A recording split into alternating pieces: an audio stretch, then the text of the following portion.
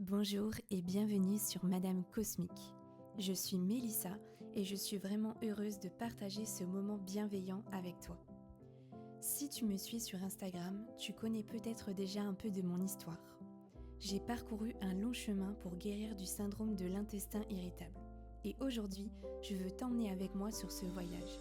Chaque épisode sera l'occasion de plonger plus en profondeur dans les thèmes que j'aborde en réel sur mon compte Instagram, sur mon chemin de guérison, pour t'aider à mieux comprendre et à trouver des solutions concrètes pour ton bien-être.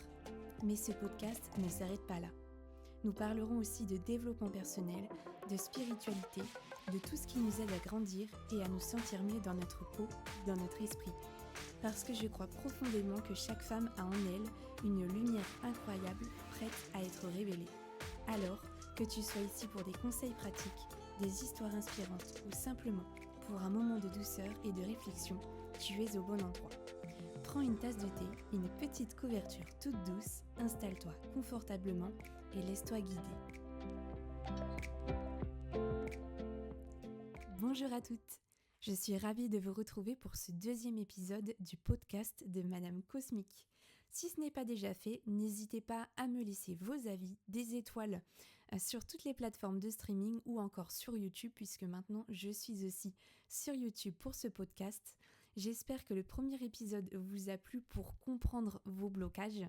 Aujourd'hui, c'est un nouvel épisode toujours en lien avec mon parcours de guérison et aussi sur ce que je partage sur Instagram, sur mon compte Madame Cosmique, si vous ne le suivez pas encore. Aujourd'hui, on va avoir une thématique qui est tout aussi importante et qui est aussi en lien avec la compréhension de ces blocages, c'est comment identifier vos blocages. Parce qu'en fait, c'est aussi la base justement pour comprendre d'où on peut avoir des schémas limitants, des croyances limitantes. Moi, c'est quelque chose que j'ai expérimenté depuis 10 ans et que je voulais partager avec vous. Je vais faire ça en fait sous forme d'une petite checklist qui pourra vous donner peut-être des intuitions, des idées, si ça vous parle, si ça résonne en vous, pour comprendre si vous ne savez pas encore comment faire, en tout cas des pistes pour les identifier. Parce que c'est vrai que parfois on est un petit peu perdu, on ne sait pas, ou en tout cas on a du mal à comprendre d'où ça vient. Donc ça peut aussi justement avoir un impact sur votre chemin de guérison ou juste sur votre évolution tout court, sur votre chemin personnel en fait pour comprendre ce qui vous arrive. Donc je vous ai préparé une belle petite checklist pour identifier vos blocages. Alors pour moi, le premier point d'identification des blocages que je peux voir, c'est quand vous pouvez avoir une douleur physique. Alors on peut avoir bien sûr comme tout le monde des douleurs physiques qui peuvent être liées à notre santé, une entorse, mal au poignet, des tendinites, mais généralement toutes les douleurs physiques que l'on va avoir ont des symboliques émotionnelles. Donc voilà, parfois on a juste une grippe parce qu'effectivement il fait froid, il y a des bactéries, etc. Mais c'est quand même important de prêter attention aux douleurs physiques et surtout si vous avez une répétition d'une douleur physique à un endroit précis. Comme moi typiquement je vous ai expliqué, donc j'avais développé le syndrome de l'intestin irritable, donc j'avais des fortes douleurs au niveau de l'estomac qui étaient assez récurrentes. Et c'est comme ça aussi que j'ai pu faire le lien au niveau de l'estomac par rapport à mon trauma que j'avais vécu dans l'enfance. Tout est relié au niveau des émotions ou de vos maux physiques. Et moi, c'est ce qui s'est passé parce que l'estomac, c'est le siège des émotions. Donc on a la colère, la tristesse, la peur. Donc il y avait tout un mélange et j'ai aussi effectivement un impact sur la vessie. Et la vessie, ça correspond au niveau émotionnel à la féminité. Donc on est vraiment en lien avec moi, ce que j'avais à travailler. Donc moi, je vous conseille en tout cas de ne pas hésiter à consulter si vous avez une douleur récurrente à un endroit, une symbolique émotionnelle. En fait, ça pourra vous donner peut-être un point de départ par rapport à une situation ou un trauma que vous auriez pu avoir que vous n'aviez peut-être pas identifié. Ensuite, pour moi, la deuxième idée qui est très importante, en tout cas la deuxième chose qui est importante, c'est aussi une répétition que vous pouvez avoir dans votre vie sur des événements ou sur des relations. Par exemple, vous allez dans un travail, vous avez une situation conflictuelle avec un de vos collègues ou votre patron, vous allez changer de travail et vous allez revivre la même situation ailleurs. Ou alors que ce soit dans un contexte d'une relation amoureuse où vous allez toujours avoir les mêmes schémas avec vos conjoints. Vous allez avoir peut-être une dépendance affective, une peur de la solitude, toujours le même type de discussion ou alors les mêmes types de discussions désagréables qui vont donner lieu ou donner source de conflit. C'est là qu'on peut aussi analyser qu'on peut avoir par rapport à ces discussions désagréables des choses qui vont résonner en nous que nous, on n'a pas réglé en tout cas dans cette vie. Il faut souvent faire du lien, mais pourquoi je réattire toujours les mêmes genres de situations ou les mêmes personnes? Qu'est-ce que ça vient réveiller chez moi? Qu'est-ce que ça vient travailler en moi? Donc pour moi, c'est quand même une phase très importante d'identification de blocage parce que moi, pour vous donner un exemple, typiquement, j'avais cette dépendance affective et vraiment une peur de la solitude. Et pour moi, avoir fait l'analyse de toujours attirer les mêmes garçons parce qu'en fait, je voulais aller trop vite, je ne voulais pas prendre le temps de rester seule. Donc forcément, je réattirais des gens qui ne me correspondaient pas et aussi des gens qui me montraient justement cette solitude que je devais vivre. Et donc j'ai fini par comprendre ce blocage que j'avais au niveau de la solitude. Et quand j'ai travaillé justement sur cette solitude, j'ai pu attirer à moi une merveilleuse rencontre et justement, je suis toujours avec donc cet homme et donc voilà, j'ai travaillé donc sur ces éléments-là et j'ai pu attirer une nouvelle vibration, de nouvelles fréquences à moi et donc une nouvelle relation qui était vraiment en accord avec mes désirs et plus en fonction de mes blocages. Donc pour moi, c'est quelque chose qui est assez important à regarder. Ce que vous pouvez faire aussi comme troisième étape, c'est de vous renseigner, et ça c'est quelque chose pour moi que je trouve primordial, sur votre histoire familiale. Tout ce qu'il s'est passé au sein de votre famille, est-ce qu'il y a des choses répétitives qui peuvent avoir lieu dans votre famille? Typiquement, une tante qui n'arrive pas à trouver l'amour, et donc votre mère n'arrive pas aussi à trouver l'amour, votre grand-mère, ou alors des schémas répétitifs, par exemple des problèmes d'argent, que ça soit vos oncles, vos frères et sœurs, vos cousins, etc.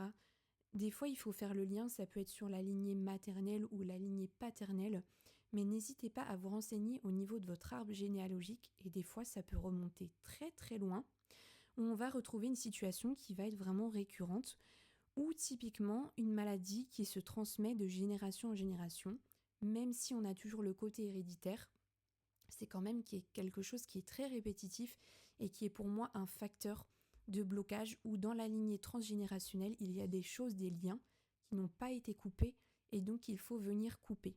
Moi, typiquement dans mon cas, ce que j'ai vécu au niveau de mon trauma, ça a été aussi vécu par ma mère quand elle était jeune et aussi par une de mes tantes. Donc vous voyez, il y avait une répétition qui se produisait et en fait, si moi je n'avais pas coupé ce lien-là, j'aurais pu, en tout cas mon enfant, mon futur enfant, aurait pu aussi reproduire ou attirer ce genre de situation. Donc c'est quelque chose qui est très important de vous renseigner en tout cas, je trouve, sur votre lignée familiale pour en apprendre plus, en connaître plus et peut-être savoir vos réactions parce que des fois on peut avoir des réactions inconscientes qu'on ne comprend pas. Quand on s'intéresse à notre milieu familial, on découvre qu'en fait ça correspond à l'histoire de la famille.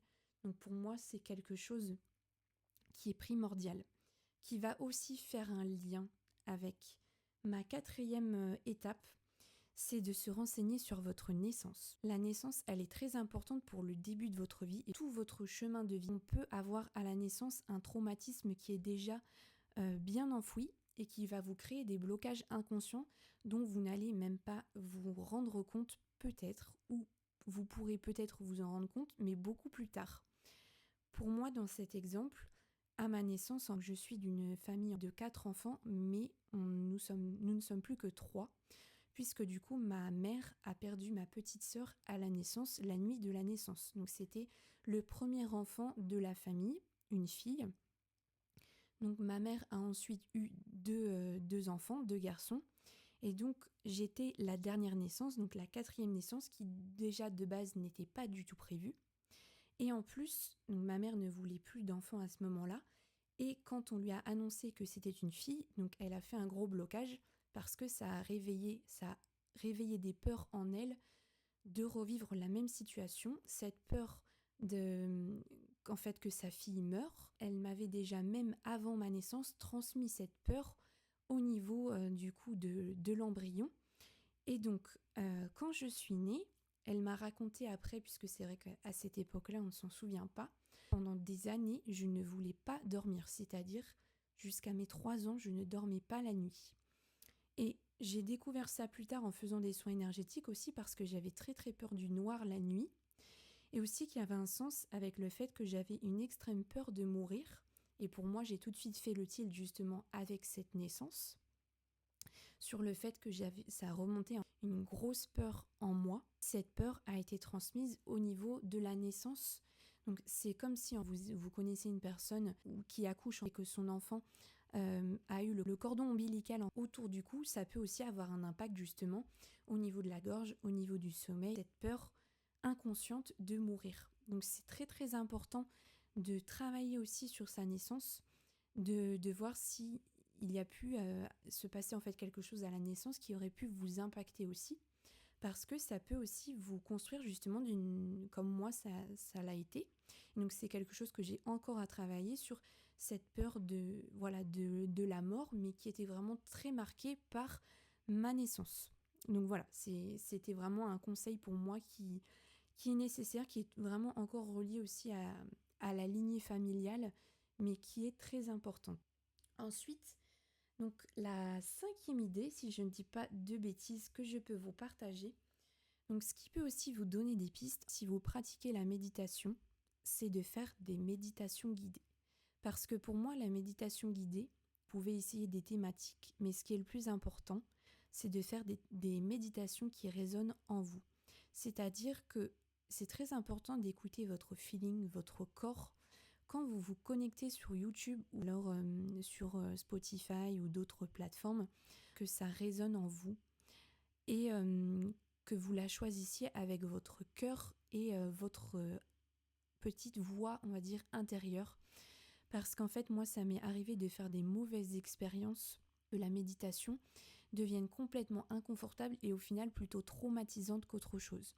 Donc si vous ne sentez pas spécialement une personne, ce n'est pas forcément qu'elle est mauvaise, mais qu'elle ne résonne pas particulièrement avec votre être. Donc n'hésitez pas à choisir vraiment les personnes en méditation qui résonnent avec vous, dont la voix vous apaise, qui vous transporte, qui vous donne vraiment cette sensation de bien-être, qui vous donne une sorte de cocon, si vous voulez, et pas une sensation d'insécurité ou d'inconfort. Donc pour moi, c'est la première clé, mais aussi voilà, de regarder les vidéos et si vraiment votre œil ou en tout cas votre âme est attirée par une vidéo en particulier, ne cherchez pas à réfléchir et allez vers cette vidéo à un moment donné. On a toujours besoin en particulier d'avoir une vidéo, même si c'est parfois inconscient, de regarder cette vidéo-là à l'instant T et donc de travailler dessus. Et souvent, ce qu'il se passe quand vous faites des méditations guidées, c'est que cela peut justement, avec le nettoyage, avec la visualisation de la méditation, réveiller des émotions en vous. Et donc c'est aussi par ce biais-là que vous allez peut-être découvrir de l'inconfort par rapport à du coup la thématique que vous avez choisie ou une émotion qui est très présente que vous n'aviez pas conscience.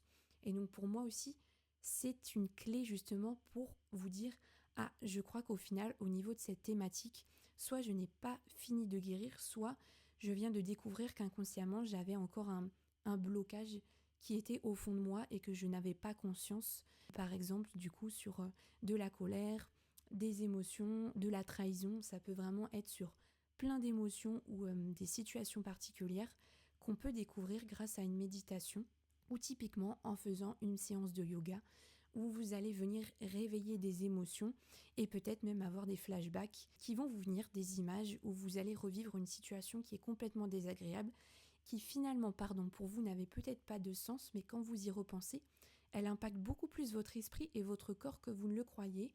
Et au final, c'est qu'elle n'était pas forcément résolue.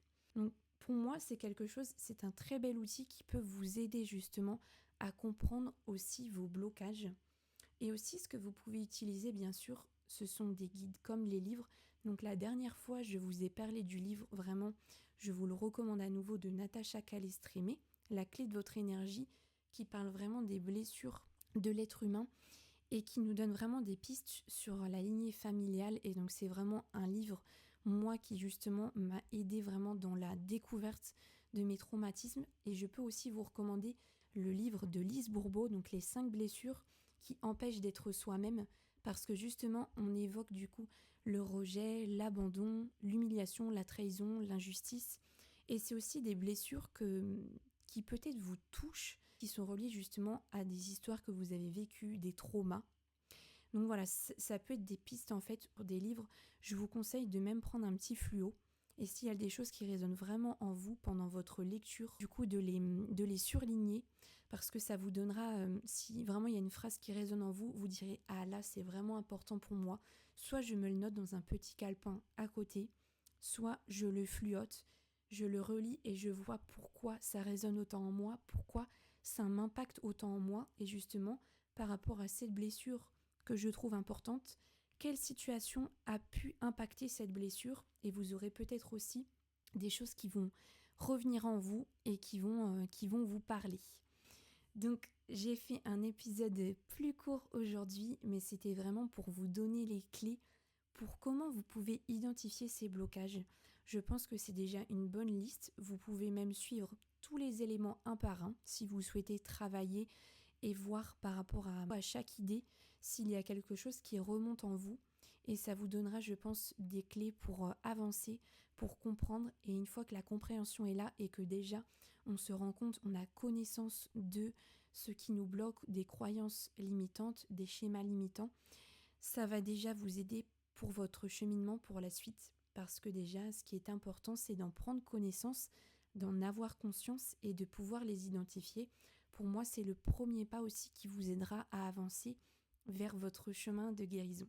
Si vous avez également besoin, je propose un soin de libération émotionnelle que je vous explique également sur Instagram, où justement on vient travailler sur les schémas limitants que vous avez pu avoir, les croyances limitantes. On vient reprogrammer ces croyances limitantes puisque souvent elles sont, elles sont biaisées parce qu'en fait ce n'est pas la réalité, c'est notre réalité à nous. Donc on vient travailler là-dessus et c'est souvent en lien avec les lignées transgénérationnelles. Donc on vient faire un gros travail d'analyse là-dessus et ensuite j'utilise mon onde de forme de géométrie sacrée du cube de Métatron pour qu'on vienne reprogrammer ensemble vos croyances avec des modes de pensée positives et les laisser infuser dans vos mémoires cellulaires pour que le corps agisse et que votre esprit et votre mental aussi aient un changement au niveau de la programmation.